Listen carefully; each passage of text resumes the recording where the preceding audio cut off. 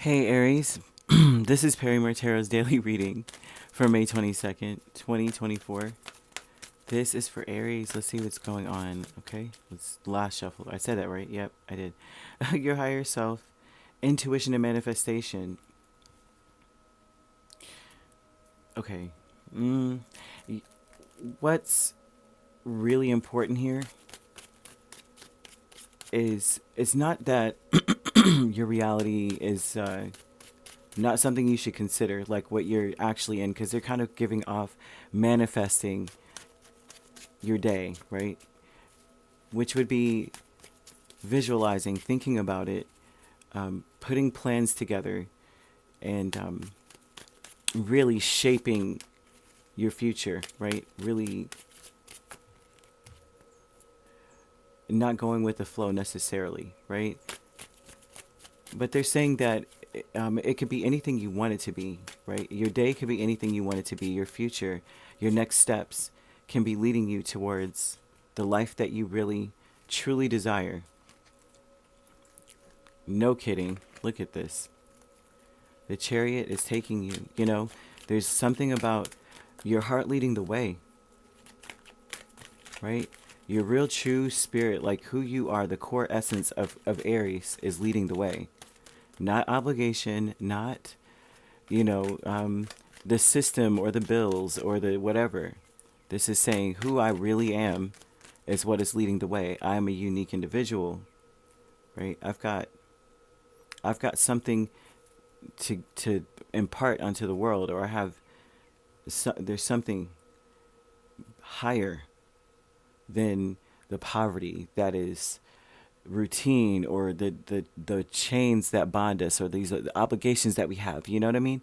Not saying, and truly, some of us may be looking at this from like coming from like obligatory duties for like a family, or some people may be in that space, but the chariot energy, if there's family involved in this energy, this would be like the traditional, um those connections that are really struggling, that there's a lot of neglect there. There's a lot of just wash, rinse, repeat. Like the same thing, different day. It's not a dynamic situation. It's not moving. It's not acting. You know, there's something about that. Like, you know, I'm always on the outside. Your higher self is Page of Wands, Chariot, Devil, and Five of Pentacles.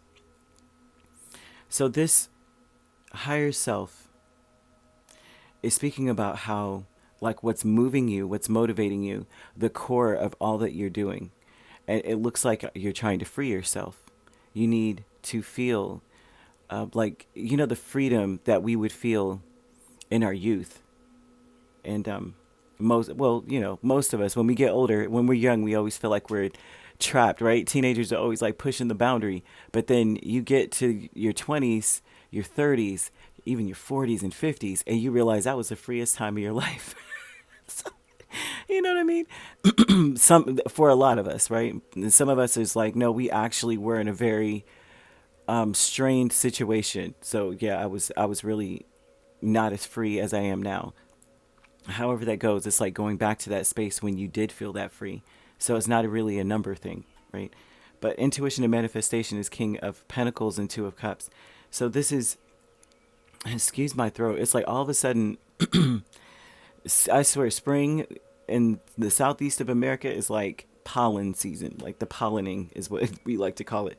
Um, However, intuition and manifestation with this here talks about, um, you want things to really come together. So like if this is a relationship, then you both are on the same page, and you both are very diligent about remaining on the same page. Therefore, you're doing the work. Therefore, you are providing something to remain on that level, or to, if you see someone faltering or something faltering on that side, it's like everything is exchanging hands in such a way where we're still maintaining this connectivity.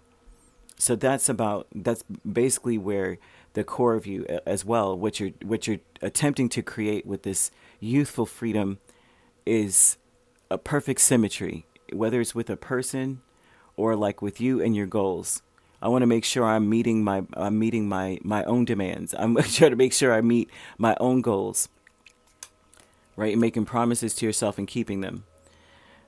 You want to have a reputation of being solid, either to yourself or to other people, and however that with this energy. So you have the vast universe with the Sun and Nine of Wands. This is almost saying that you feel like no matter what decision you make, whatever path you take, you are staying on that path. You are sticking to it. Like you're going to push with everything you've got, even when you think you don't have anything at all. You're going to reach within and turn on the turbos. And what a beautiful thing that is. So, yeah. And decrease is death in the world. Well, one thing is for certain. There's a cycle that you're not going to repeat. But what this kind of is saying is that you are no longer exerting all this energy into ending a cycle. Let's close this out. Let's stop doing the merry-go-round. This is on a decrease, which means there's no efforts being put into putting a stop to the cycle. You're just like, listen, I'm already freeing myself. I don't need to focus on stopping that. Like, I don't need to focus on what's binding me, but what freedoms I have, I guess is the best way to put it. Like, this isn't holding me back. This is where I'm going forward, and focusing and putting a lot of energy on the momentum of the forward movement and not focusing on what's like slowed.